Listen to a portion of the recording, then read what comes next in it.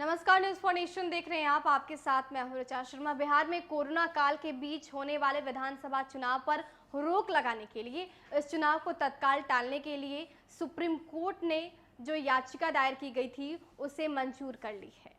आपको बता दें कि सुप्रीम कोर्ट में ये याचिका पर सुनवाई किस बेंच में होगी और कब होगी, इसको लेकर अभी कोई भी तारीख मुकर्रर नहीं की गई है। लेकिन इससे पहले पटना हाई कोर्ट में भी 2 याचिका दायर की गई है जो अब तक लंबित है और इसमें ये कहा गया है कि अब तक बिहार में चुनाव आयोग की टीम ने दौरा नहीं किया है। ऐसे में ये कैसे डिसाइड किया जाएगा कि बिहार चुनाव कराने के लिए पूरी तरीके से सही है और यहाँ पर चुनाव कराने में कोई खतरा नहीं है।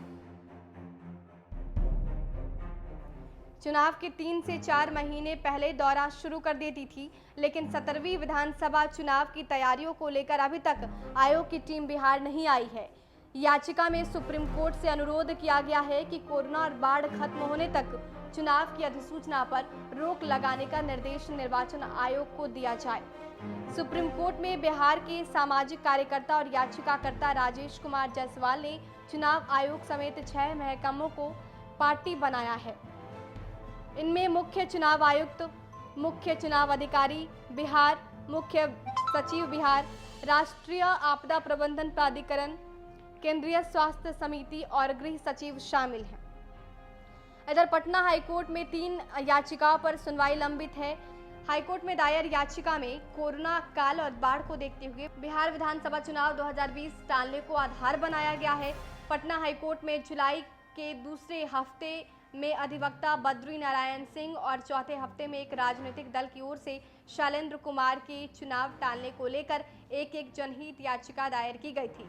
इसके बाद तीसरी याचिका गत दिनों दायर हुई। हालांकि तीनों में किसी याचिका को हाई कोर्ट ने सुनवाई के लिए अब तक स्वीकार नहीं किया है।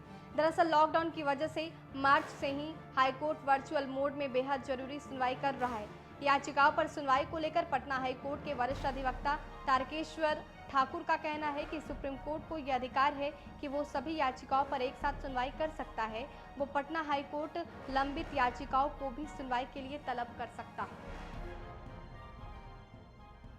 तो सुप्रीम कोर्ट ने ये इस दायर याचिका पर सुनवाई के लिए मंजूरी दे दी है, लेकिन अब तक तारीख का ऐलान नहीं किया गया है कि किस तारीख को और किस बेंच में इस पर सुनवाई की जाएगी। लेकिन इससे पहले जो पटना हाईकोर्ट में भी याचिका दायर की गई थी उसे लंबित रखा गया। दलील ये दी गई कि सुप्रीम कोर्ट को यह अधिकार है कि सभी याचिकाओं पर एक साथ सुनवाई की जा सकती है। ऐसे में ये भी सवाल है कि क्या सुप्रीम कोर्ट इन याचिकाओं पर भी सुनवाई करेगी। लेकिन इसी के बीच ये बड़ा सवाल कि क्या बिहार में होने वाले चुनाव को टाला जाएगा, क्या सुप्रीम कोर्ट ये फैसला सुनाएगा कि बिहार में होने वाले चुनाव को तत्काल के लिए टाल दिया जाए, देखना दिलचस्प होगा। फिलहाल के लिए देखते रहें न्यूज़ फॉर नेशन। नमस्कार।